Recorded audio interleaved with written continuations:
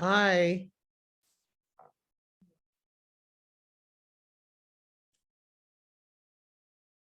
Oh. Hi. Do Hi, you hear? Celia. How are you? Hi. How are you? Good. Thank you for doing this. I'm very Oh, excited. sure. Oh, I've I'm been a excited longtime too. fan. Yeah, I'm a little nervous, but that's okay.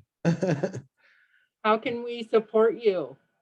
Oh, no, once I get into it, I'll be okay. You know, All right. just you being there is support, you know. All right. And for your introduction, are you okay if I read your bio, or would you prefer something different? No, if you want to read it, you can. You know, if you want to read part of it, I mean, Okay. feel Yes, I know. free, I won't you read it know. word for word. I'll just do it conversationally. So Yeah, right. Yeah. So how many people do you expect? Um, yesterday during the keynote, there was a couple hundred. really? I Around the know. country? That's great. Yeah. Wow. Wow. Mm. Very nice. Yes. And I know a lot of people are looking forward to, Yeah, I well, so heard. I far, seen yeah, on Facebook. Yeah. Oh, that's they're, great. they're starting to come in. So do you have any tech support needs or anything like No, that? I'm just gonna talk. I didn't, really get into a PowerPoint. I'll just talk, you know. Let's see. Let me see how to get out of the chat. Oh, And I can help man the chat. okay. I'm just trying to get out of it. Let me see. Oh, okay. Uh, close. Okay, I got it. Awesome. I'm going to finish putting myself together, and I will be Oh, ready. Sunny said you'll make some announcements before you'll introduce me. Yeah. Okay. Yeah. Got a couple of those. No videos today or anything, so Yeah, no video. should be pretty smooth. I think people enjoy just hearing you share. Yeah, there was no PowerPoint yesterday either. And Oh, okay. Okay. are How was you that keynote? How was that? oh, it was great. Okay. Shared a bit about himself and his work and Yeah. philosophy. It was much more on the addiction recovery side. And so Yeah. I think, That's good. yeah, You so know, yeah. Wow. That's great. people are like, where's the mental health? I'm like, just wait, we're I also know. gonna have people with even though it's a different system, people go through addiction, they go through mental health. oh You yes. know. And a lot of us, it's both our story. I know Yeah, right, they both played a huge right. role. So Yeah, yeah. Great. well, it's so good to see you. I'll be right back. Okay, no problem. So no videos, no. Nope. Okay. It's just straight. Yes. Yes. Very, very straightforward today. Sick. Awesome. Okay, cool.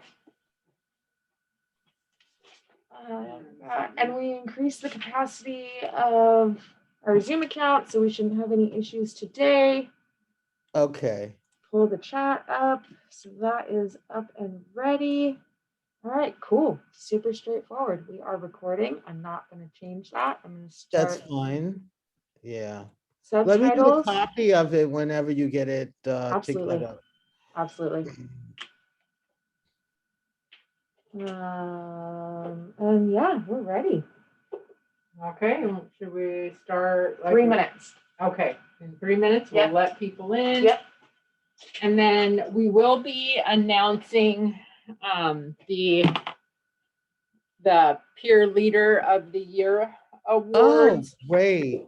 So That's nice. yeah, they'll have a couple of minutes just to do their acceptance speech. Oh, no problem. No problem at all. And that probably will make me feel less nervous. Yeah. So that's great. Being in Uh, the virtual space. yeah, yeah. Okay. Are there people there at your conference at a place, or it's just all Okay. It's all virtual this year because of COVID. We decided, and it's a good thing because they started shutting things back down in Oregon. So even though they were open or more open, they Yeah. they Yeah. restricted things again. And so we're looking forward though to next year. We're counting Yeah. on it. It should be being much virtual. better, hopefully next Yeah. year. Yeah. Do Wow. you think you'll be able to come? Yeah, I'm definitely gonna come this time. I've heard so many great things about coming there, and so yeah, I'm definitely gonna come. Fantastic. Yeah, that'd be wonderful. And you're gonna do it in May? This is when you usually do it, I think. March. Oh, it's in March in 2022. Oh, So a okay. little earlier. I hope it's not in the rainy season. Hope we get some nice days. Yeah, I hope so too. Yeah. All right. And people, you know, as they do, keep showing up even 5 minutes in. So Right, even right. even longer than that. So Yeah. Okay. all right, we're at almost 100, so we'll go ahead and open it up. Okay. Ready, go. Oh, I see people. Yes. They connect into audio. Okay. Lots of folks. Hello. Okay, I've done this a few times today, and so forgive me, I'm compelled to say it. May the 4th be with you. Oh, I've been seeing that all on Facebook. Oh my God. That's so I cute. can't help it. Hi, everyone. So good to see you again. Oh, was that Joan? Where'd you go? Oh, hi. That was Joan. I see Joan. I see you, girl. Hi, Rochelle. Hi, Paula. I wish I could just say hi to everybody. Know that I am as your. We can say hi to everybody. Hello, everybody. Yeah, hi, everyone. Thanks, Terry. That is true.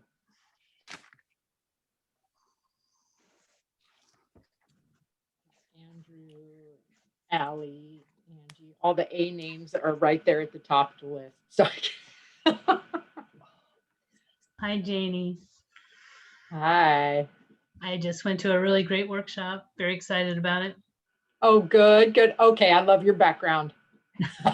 Well, you know, it is the 4th, and may the 4th be with you. I love that, Allie. Thanks. We're going to give it a couple more minutes as we did yesterday, just to get people in there. Hi, Tracy. Hi, Tasha. Yeah, say hello in the chat and maybe say where you're joining us from.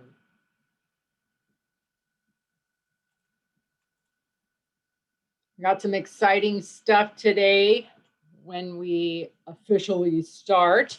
I will announce the Peer Leader of the Year awards. It's the first year we have both the Oregon Homegrown Award and the National Stage Award, so that's exciting. And we'll have a couple of announcements, and we are going to welcome after that our keynote, Celia Brown. I've been a fan for many, many years. So I'm very excited. Thank you. Yeah, people are still joining in the numbers.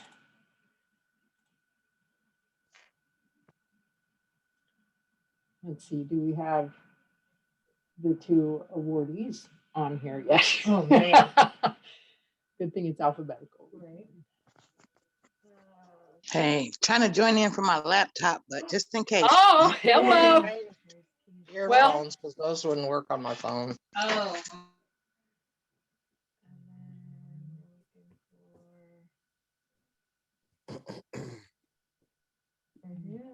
Okay. Well, we're going to get started. We're at about almost 150. So I know as if yesterday was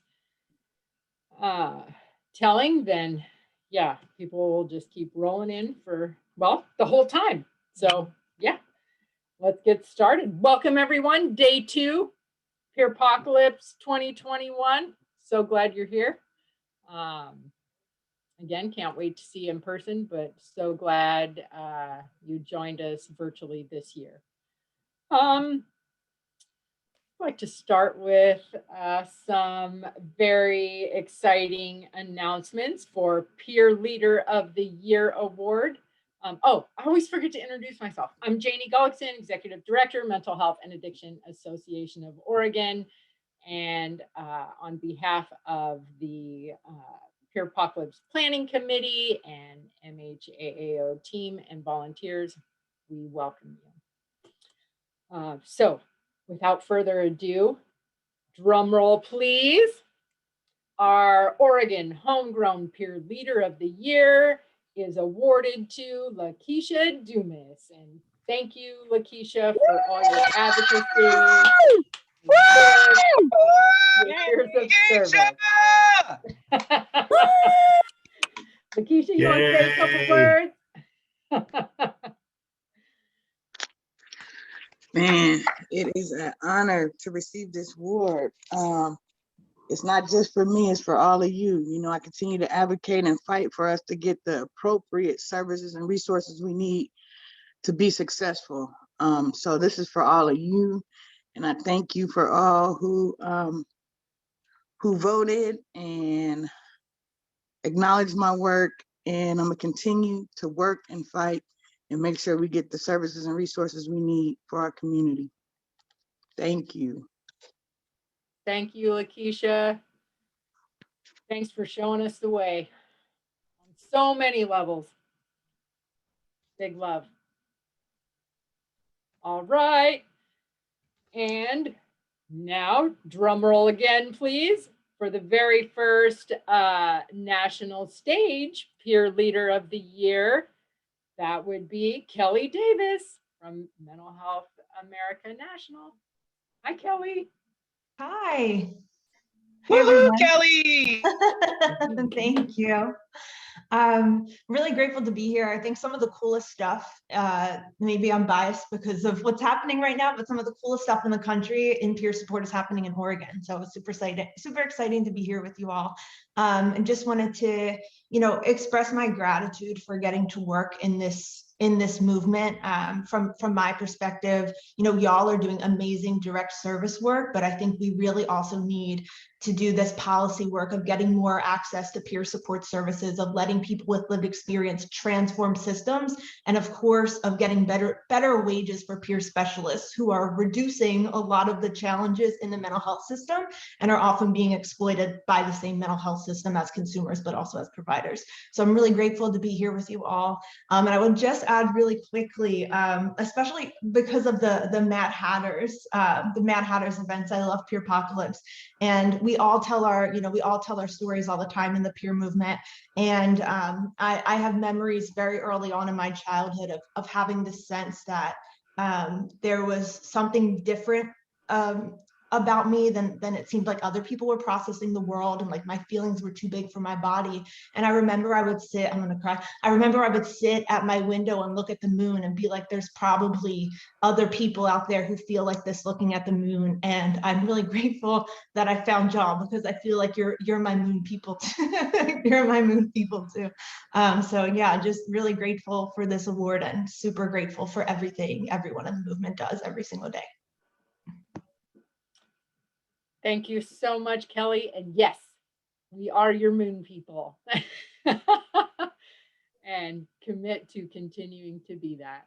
I love this community so much, and just thank you for all your work and for your vulnerability, and yeah, all you do. Thank you. Okay. Well, congratulations, Lakeisha and Kelly. Again, much gratitude, huge love for you.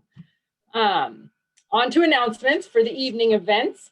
From 5 to 7 Pacific time, we have the Surviving Race Caucus with Celia Brown. So please join us for that. And Jen Padron will be co-facilitating. And then also there is a cafe conversation on the role peers and peer wellnesses are playing in Oregon's health system transformation with Mohammed Abidasis of the Oregon Health Authority. So those are the two things going on tonight. And moving to our keynote. Thank you, Celia. Then let's give a warm welcome to Celia Brown. She is a psychiatric survivor and longtime advocate for people with psychiatric disabilities. She was one of the first peer specialists in New York and was instrumental in developing and implementing a peer specialist civil service title for the New York State Office of Mental Health. She currently works in the position of Regional Advocacy Specialist for the Office of Consumer Affairs at the New York State Office of Mental Health and provides technical assistance and support to people with psychiatric disabilities and their families. And so much more that she will share with us. So we just thank you for being here, Celia. And yeah, I'll man the chat for you. Welcome. Thank you.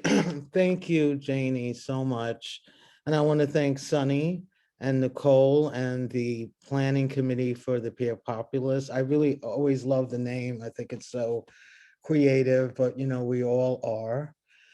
So, this year's theme is nothing about us without us, strengthening our voices. So I'm gonna kind of talk, to the theme, but I'm going to be focusing on peer support during COVID.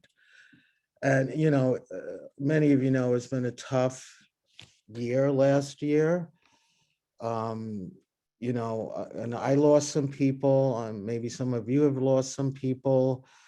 COVID wasn't really, we didn't understand what was going on. So it really kept a lot of people inside of their homes and wearing a mask like we're doing now, and social distancing. And I want to give a shout out to our brothers and sisters who are patients in psychiatric hospitals for their resilience during COVID. I know it's been very difficult for them. Some have lost their lives. And I think they're resilient because now people are isolated, they're at home. But people who are on a locked unit, they're there all the time and they're able to cope, although we would like them out. But so I want to give a shout out to them. So peer support, I know many of you know, has really helped me in my life, being a part of the Consumer Survivor ex-patient movement, really turned my whole life around and helped me to become who I am today. I really love peer support. I think peer support helps me throughout my life, every day in my present life. And I seen during COVID that people were using peer support more. It was more visible, even though we've been doing it for years. We've been online. People have been calling support lines and warm lines. So peers have been active there, and just a whole bunch of resources and support. And I have been facilitating some, online meetings with peer specialists and just really talking about self-care. And it's really amazing to talk about what are you doing to self-care during COVID? Are you connecting more with peers or your family? Are you doing something nice for yourself? Are you taking like a nice bubble bath? Or, whatever it is that you use for self-help has been so more important than ever during COVID. Peer support is, I think it's beautiful because we're able to share our stories and listen without judgment. And a lot of times people say, what's peer support? What's peer support? And, the only people who can be supporting you is clinical services. Not that that's something that people wouldn't use, but it always seems to have to be described all the time. What is peer support? And I just think it's just very simple. Sharing your story, it's listening without judgment.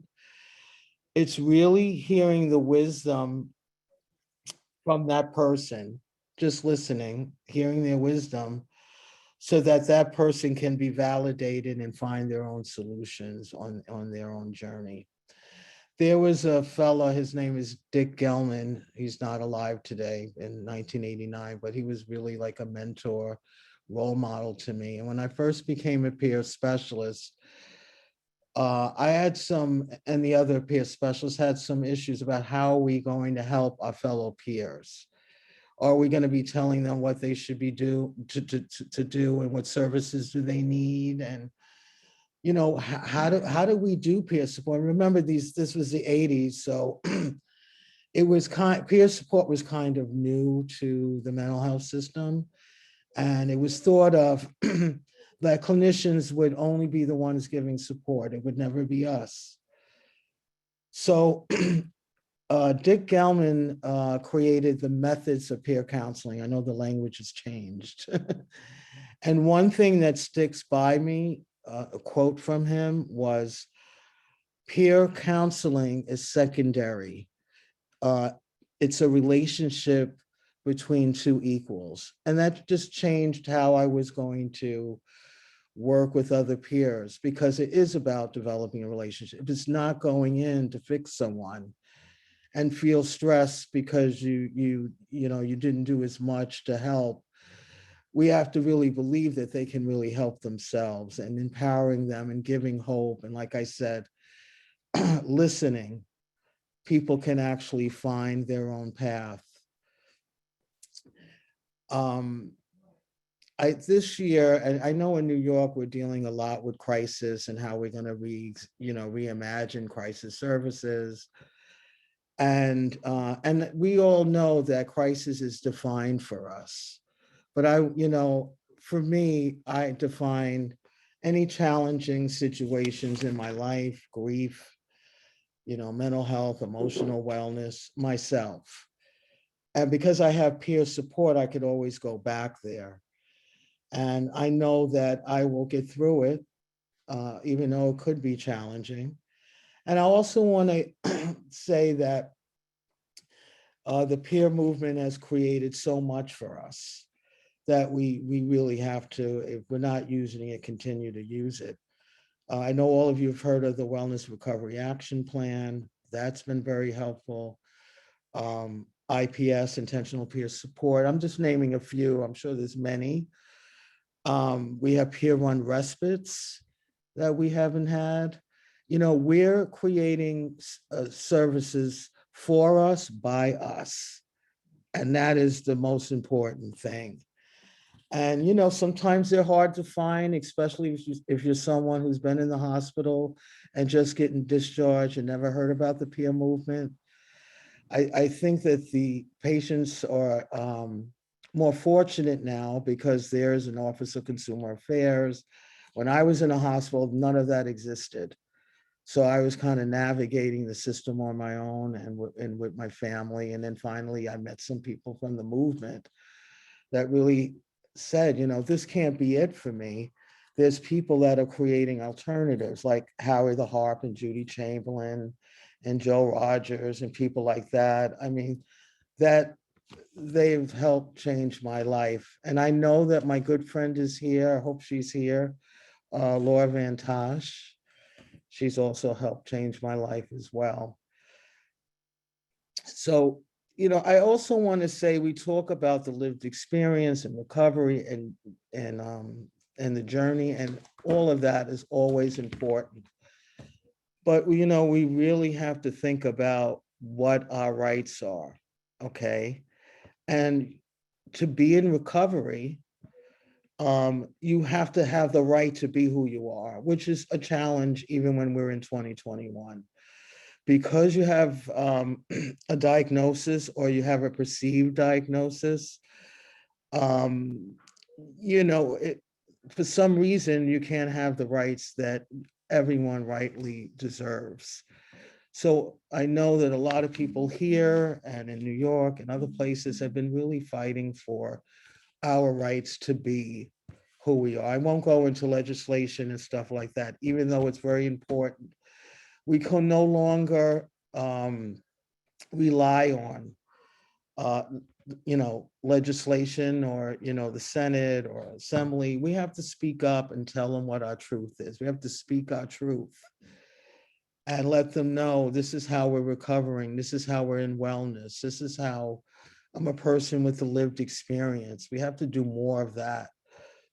I think we have to join also with the cross disability movement, and maybe a lot of you have, about rights. And I know sometimes it's not like this great rights, oh my God, but rights keeps us whole. It helps us to heal. It helps us to move ahead in our journey. And it always changes with any either state, state governors or the federal, the president or whoever.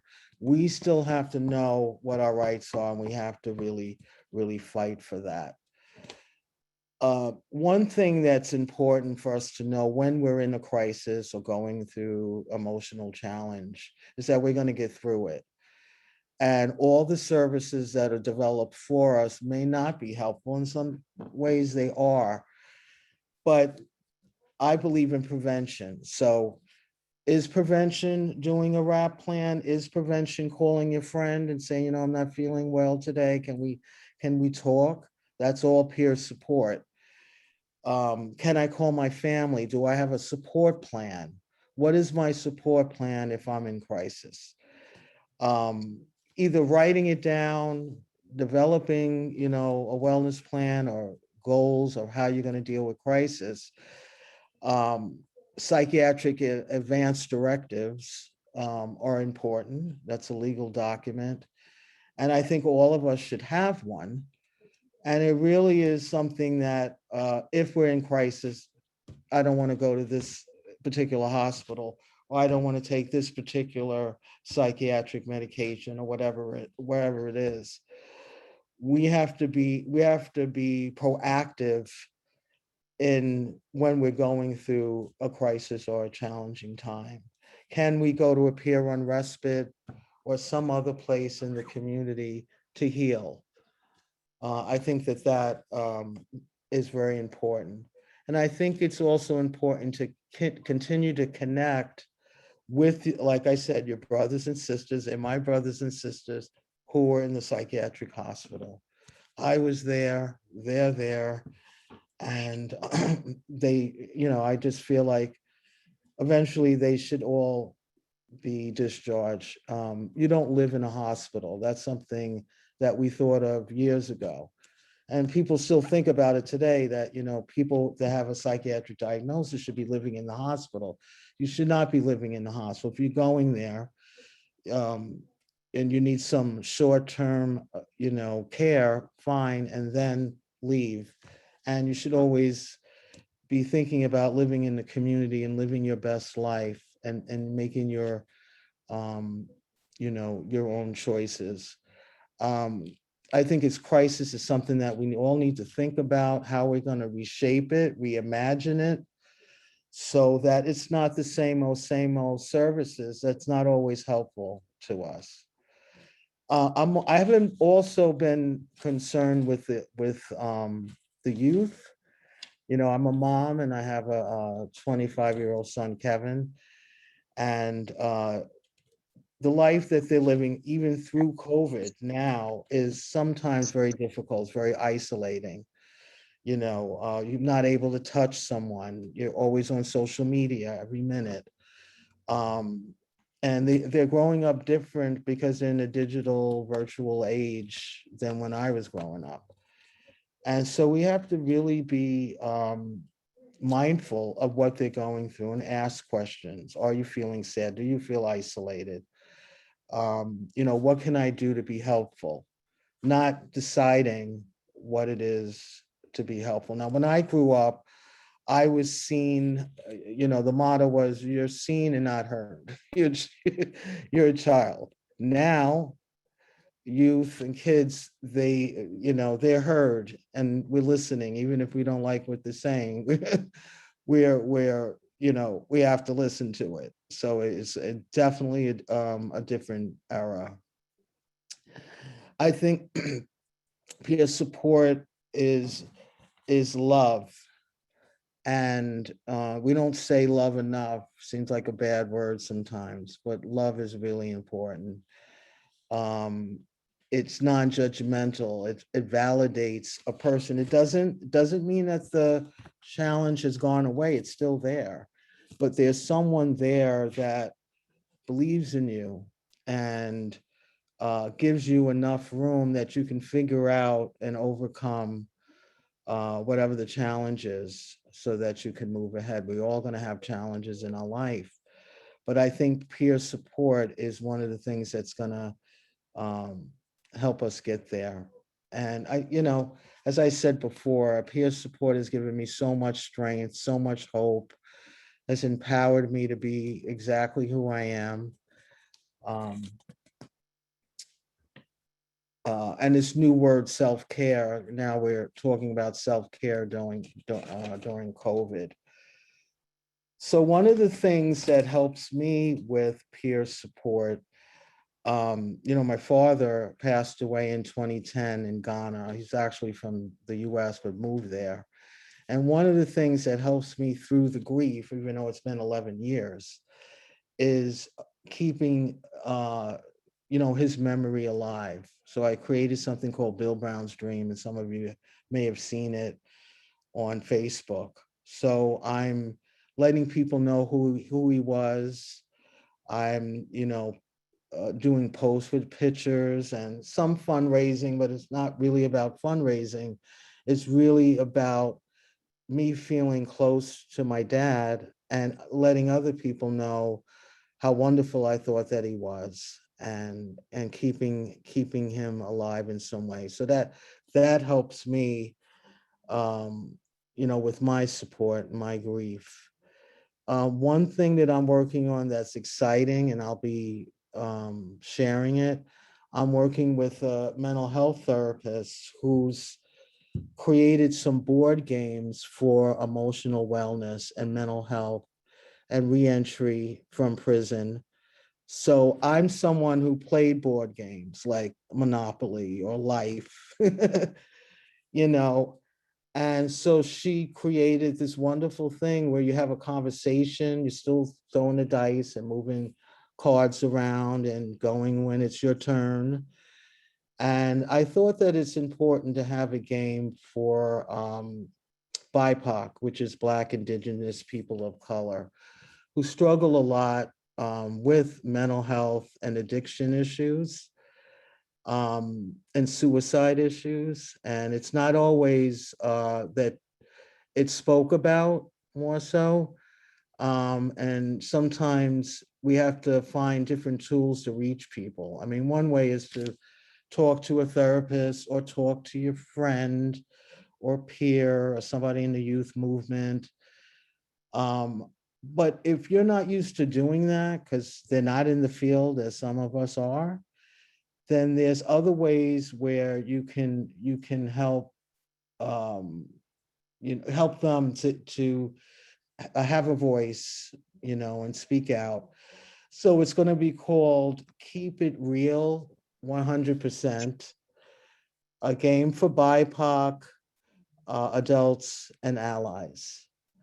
So I've been working on it since February, and I meet every Sunday with my two nieces who are in their 20s, and my son, and we just developed all these different categories. So we have mental health, we have addiction, we have music, because music is an important part. It has been for me, and it's an important part in youth. So my son and my nephew, Gibran, are creating the music piece, and they've been very, very excited about it. So you'll be seeing that. And so I'm sharing this with you to let you know that there are different tools that people heal.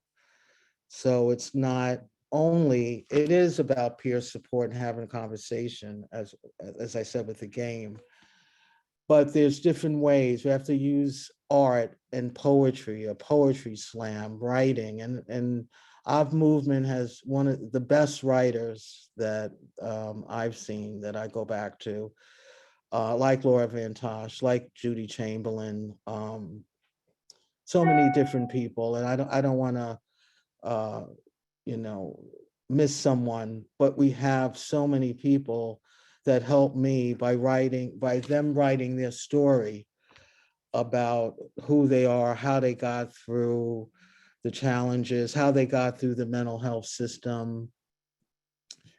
And that sort of helps me to read their story. So writing is one, doing art is another thing. We have a lot of great artists out here that can express themselves.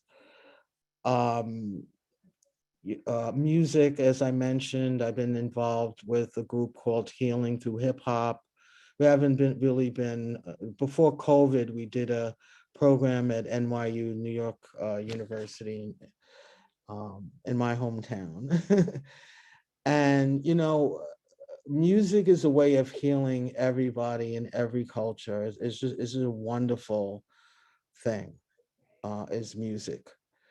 And, so I challenge all of us to think about different ways that, other than all the tools that we have developed and we're very proud of, like rap, as I mentioned, other tools that we can create during COVID and beyond, because, I don't know how long it's going to be, but we have to have ways that we're joyful, that we're not alone, we're not isolated, and that we're connecting through peer support. I mean, I really, really believe in peer support, and I just think,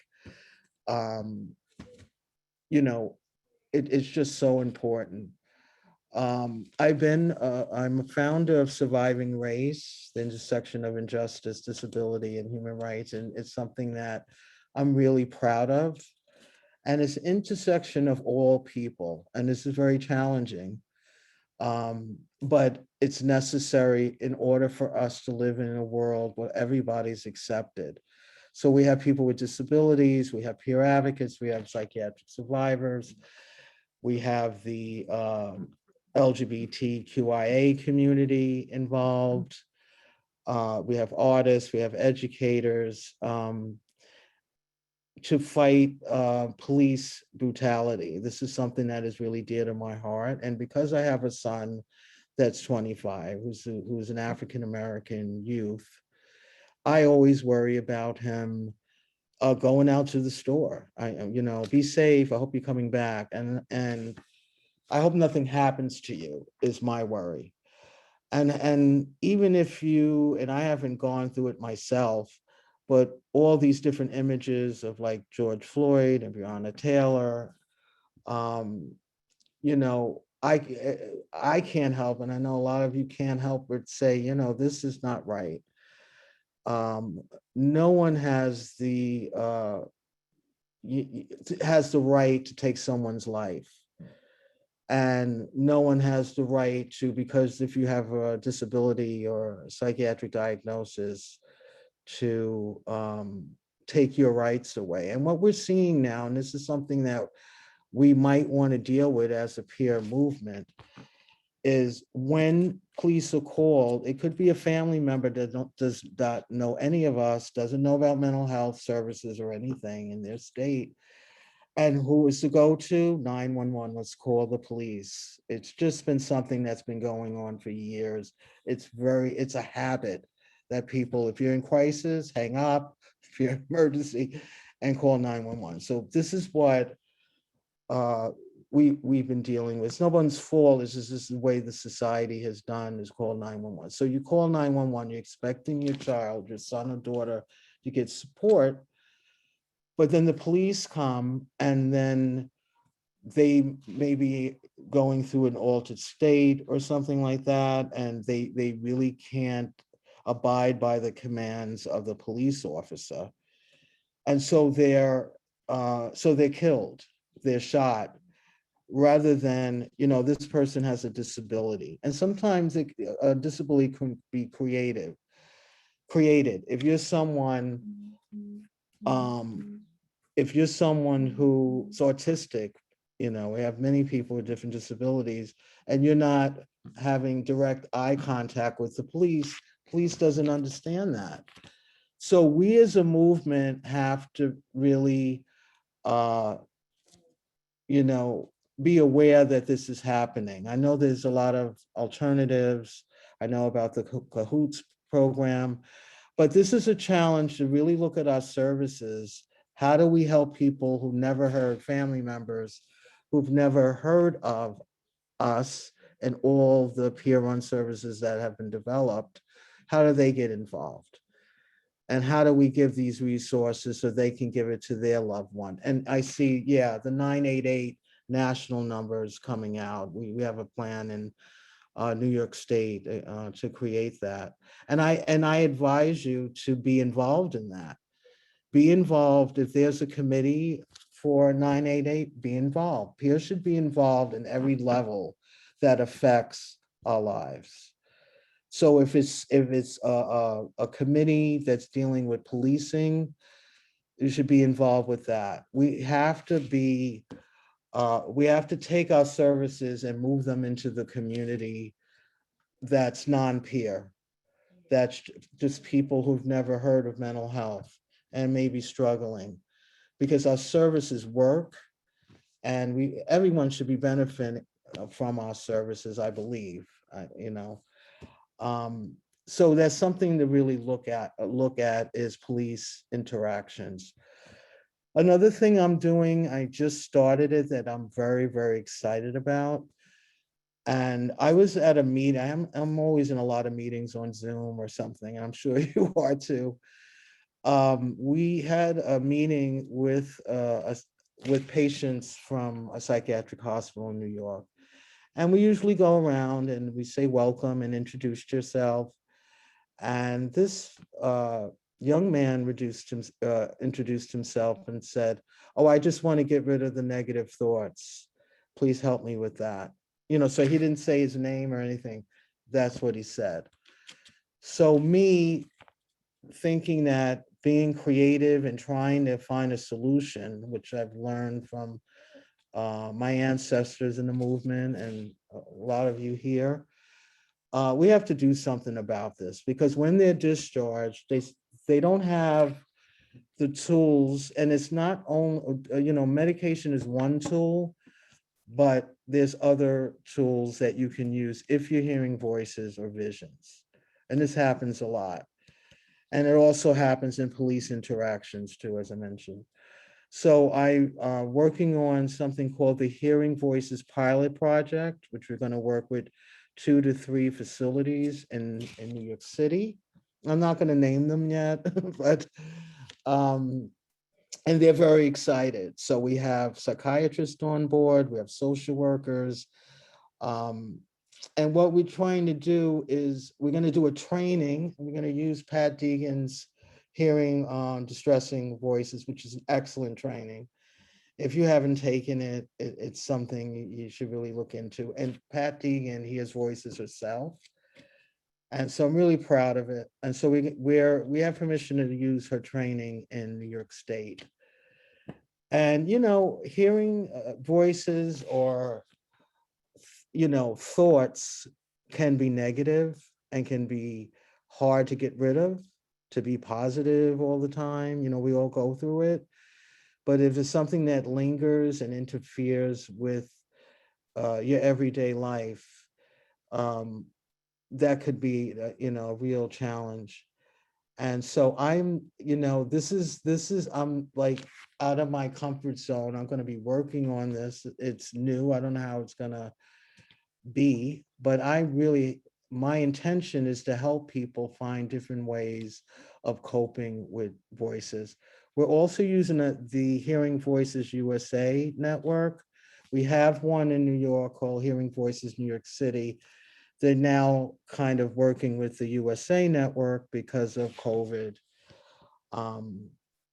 So they're going to be working with us as a community resource. So when people get discharged, they will have this resource where they can go to different groups and they could feel comfortable hearing voices and not shutting them away, and it's a horrible thing, and you know, you have to be, you know, you have to go to emergency room or you have to be hospitalized. It's very difficult for people who do hear voices. It's difficult.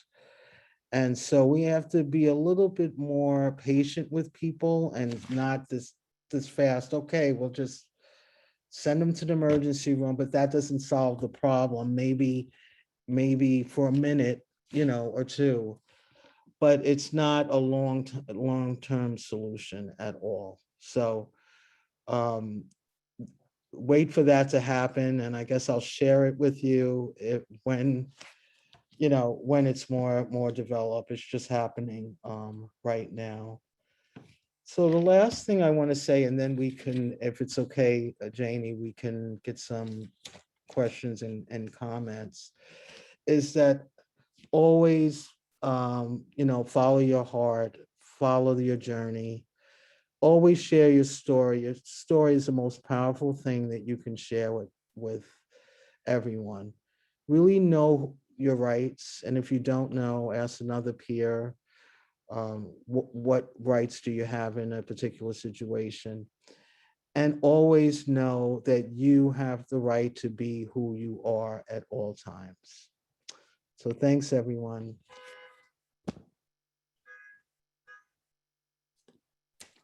Thank you, Celia. You're welcome. Thank you so much, Celia. Yes, thank you, everyone, for being here and listening. I did see in the chat, and we'll open it up for questions as Celia welcomed, but we saw in the chat people were very interested in the board game. So Oh, okay. Okay, it's going to be a virtual board game because it's COVID. So once it comes out, we developed a website already. We're trying to do an app, you know, for youth. They just go to the app, or, you know, you have it on your phone.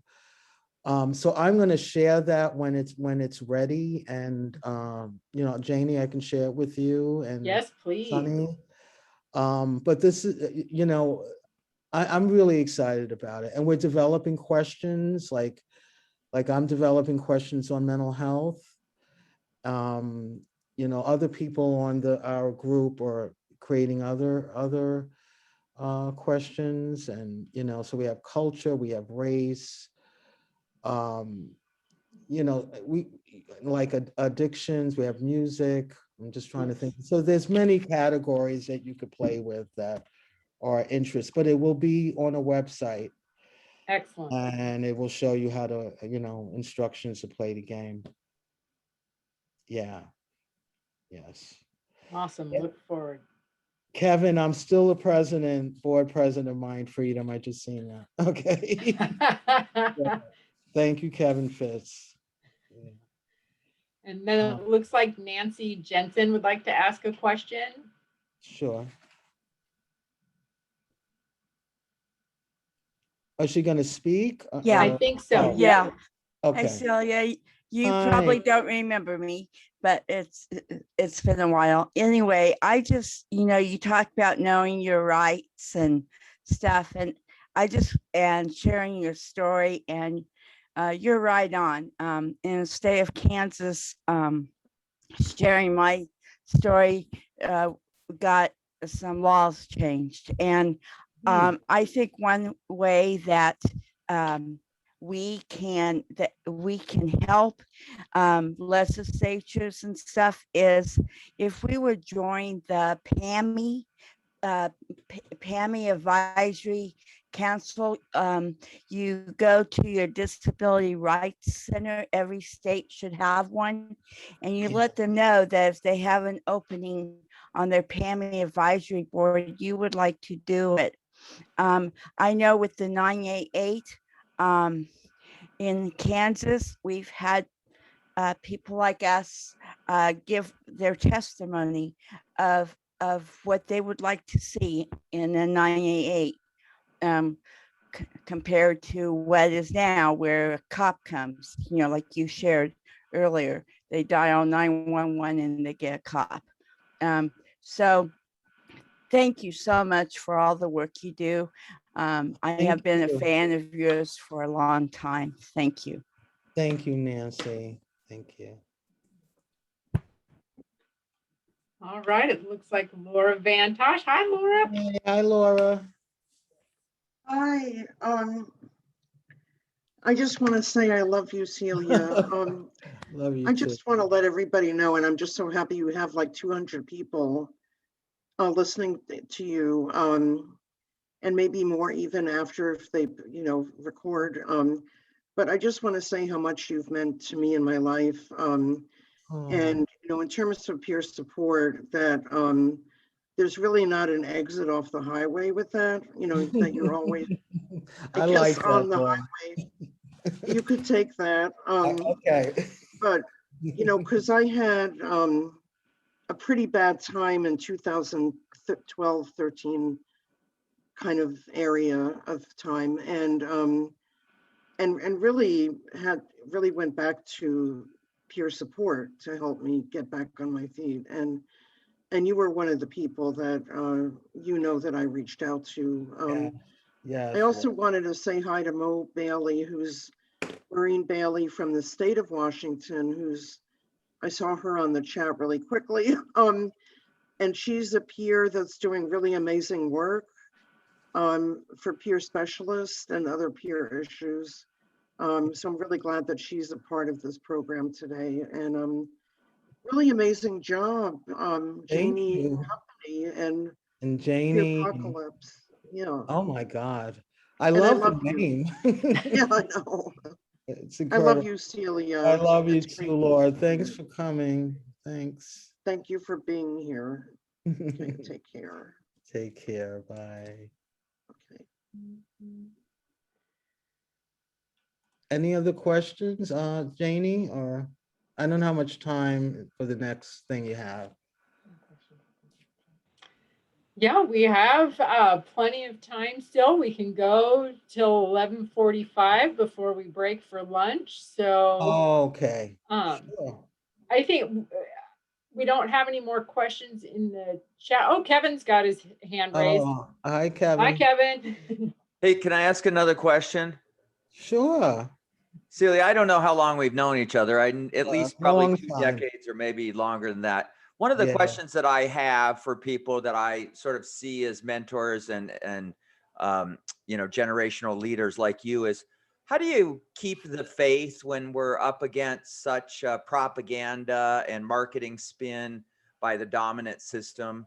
How do you keep up sort of faith and moving towards the good under such a barrage of misinformation and bad science? How do you keep the spirit up and trying to make sort of changes? Well, I have to tell you, it's very hard.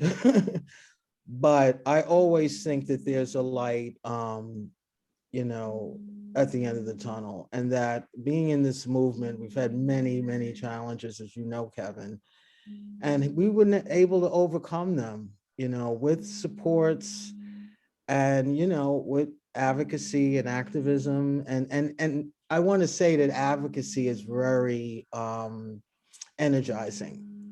So when I'm doing it, I feel energized, and I feel if I'm around other people who also fighting the same, you know, rights, that I'm going to be okay. It's still very, very challenging. It's not, you know, the way the country is going. I don't know, but I'm just trying to have faith within myself. We have a whole peer movement that's here.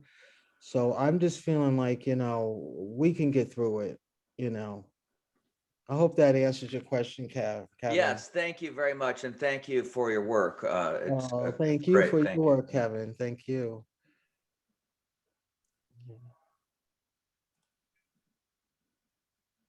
Hey. Let's see. Oh, here's a question from Katie. how do we support our peers who want to be off medications in a system that requires them to stay on medications in order to sustain housing? Wow. This is going to take a lot of work to do because the system does feel you need to take medication. But I think it's good to educate and let the doctors know or social workers know about that medication isn't the only tool for recovery. You know, it may be helpful, but doesn't mean that your life is, completely changed because you've taken psychiatric medication. Again, it's a tool. So I would use the phrase that it's a tool, not saying you should never take it. Nobody should ever take it because it's very individual of what people, it's an individual choice, but it should be a choice. And it's tough and it takes a lot of work, to speak the truth to the system that doesn't always want to hear it. But you still should do it, I believe, because what ultimately will happen is that peer may stop taking the meds and then they're blamed because they didn't take it, rather than looking at the circumstances of why they didn't take it, and maybe there's an alternative or something that they could do in their recovery, that they may not have to take psychiatric medication. So we have to look at that, and we're the conscience of the system, really. We're the social change agents, and we move the system a little bit when we're able to educate, clinical staff and peers. So we move at a different level. And don't worry about changing everything in the system because we never will. I've learned that myself. But if I'm helping someone change their life, I've helped a lot, and that helps the system as well. Thank you. Really good point. Laura has another question. Sorry about that. I just had forgotten to mention this. I did just put in the chat that if you live in Washington or are interested in getting involved with policy issues, the last couple of years, folks have been getting more interested, and I just wanted to check in with Celia as well about 988, and this couldn't be the most important time to be involved in policy because so many resources are going to get poured into 988. And definitely. some states are going to be actually redesigning their systems around it. Like I think we'll be trying to do in Washington. And I just wondered if you could give more information about New York. And I just wanted to say that in Washington State, we were able to get peer support and true peer-run respites that are truly peer-run in the bill that passed. And now the next step is making sure that it actually happens, which is going to have to really involve peers to get it from the bill to reality. And that's a big part of policy, by the way. And just to call out that Kevin Fitz and I really work a lot on these issues together in the Pacific Northwest, struggling to just make sure our voices are heard on these things. But if you can shed any light, Celia, about what's happening there on 988. Yeah, we're just starting out, Laura. So there's been a couple of meetings with peers about like redoing or reimagining crisis. They're really focusing on crisis services, like having a phone number, like for a support line regionally and regional, because it's always like state down, but not everybody knows all the services in New York State. If you don't live in the city, you're not going to know the services. So that's one thing. They're doing mobile crisis. Right. They're not going to get rid of mobile crisis. But mobile crisis is going to be more responsive. It used to take them at least 72 hours to get to you if you call them. So that's going to be more available. And this is in a plan, so they're just developing a plan now and meeting with stakeholders and peers, and so it's not totally done yet. And I'm Right. looking forward to seeing what they come up with. Great. Well, Yeah. thank you. Yeah, you're welcome. Mhm. Right. So 99 and 988 starts next year, I believe, but they're planning now. Yeah. Yeah. Just thank you for inviting people to get involved. I mean, I think there's nothing more important, like you said, than having your voice at the table. And we need more than just the one or even two peers. Yes. Right. You need, yeah, early on in New York State, we said we need more than one peer, like two to four, because you can really get co-opted, and it's a lonely place. You can't really fight for things if you're the only peer. And then I mean, I recommend that people get stay connected if they're working in the system to the peer movement outside our community, because I think it works hand in hand. So stay connected to that.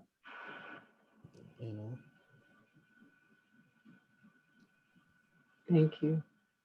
You're welcome. Looks like Kimberlia has a question. Thank you. So how can I get involved in the 988 in Oregon? Do you have any suggestions? Well, Janie, I don't know if you are aware of it. Maybe Janie can help you. It's usually with the state mental health or addictions, because they're doing the plan. Okay. So whoever that is in your state, or I don't Can I know. speak to it? Oh, yes, please do. Hi, this is Laura Rose. And so Hi, Laura. I'm serving on the 988 work group at this time, and we've been advocating really hard at the legislature. It looks like we're going to hopefully have, if the amendment passes, consumer voice after this current planning once it gets implemented. But they're going to start this month in May. There's going to be some meetings put on by our state Office of Consumer Activities, and that's Brandy Hemsley, who's our director. I'm going to put her email in the chat box. It's brandy.l.hemsley, BRANDY.L.HE, M as in Mary, SLEY, at dhsoha.state.or.us. Again, I'll put that in the chat. But she's setting up meetings for consumer voice, and they're going to have the perspective of relevant lived experience look through all the recommendations, and then the next step will be the group that's specifically set up to look through it with the equity lens perspective. So that's really valuable. They're including consumer voice in this process. We've had good responsiveness from various partners around the state. So I definitely encourage people to get involved. Now's the time while they're planning and putting things together. So definitely keep in touch. Thank you, Laura Rose. Good that you're here. Yeah, and another thing I wanted to share a little story. I think it was in February of 2020. They had a special event at our state capitol, and a lot of different mental health organizations went to the event, and it was talking about dual diagnosis and how to put dual diagnosis in together with therapy, so they don't have to go through rehab and then go to therapy, make it all one so they can be successful. And that was the goal that day, but I preached a different story. I said, I think the problem is that we don't have enough mental health workers. It's so expensive to hire a psychiatrist. It's so expensive to hire a therapist. And, I don't want to downgrade us as peer support, but we get minimum wage. But if you hired an army of peer support, we could hold the line for the clients until they can get to the psychiatrist or the therapist, because sometimes that's not available. Yeah. And I really feel strongly about that. I mean, I'm not working for an organization at this time. I'm just in my community, and I meet people all the time and do peer support, and I'm not getting paid for anything, but I just do it because it's my lifestyle. And I think, people like us, we can save the world of this terrible stuff that's going on. If we just love each other and accept people on the street or wherever they are, and that should be commended, that should be honored, because, sometimes we're not. Yeah, I totally agree. And even in New York and across the country, there's always been an issue about wages for peers, and that's I would do it for free because I Oh, love yeah, people, I but do I it don't for want free to too. demean us. You know what I'm saying? Yeah, I don't want to demean us. We Yeah. should be treated like gold because we have a heart of gold. right. This is true. The system is different than what we are. So, Yeah. but if we're doing the work, if we're working, in mental health services, then we should get paid equitably, I think, I do. um, and that's just another thing that we can all work on Definitely. to help make that happen, so that's something maybe you can do as well. Yeah, I really appreciate what you said today, and I'm really excited about 988. I think, well, I want to be a part of that. So sign me up. I want to go. I want to be on the I want to be on whatever it is. We need that. Yeah. Kevin gets paid in love. I hear you, Kevin. Thank you so much. I know we don't have a lot of time because you said, Janie, there's lunch or virtual lunch. I don't know. And it's not it's not hard and fast. We want to respect your time, Celia, for sure. Sure. I'm just kidding. But when we used to be in person, we'd stop and we'd go to yes, lunch. into the room. Into the room. Yeah. But I thank you all so much. You all made me feel, I was a little bit nervous coming on, but you're my peers, helped me get through it. And thank you, Janie and Sunny.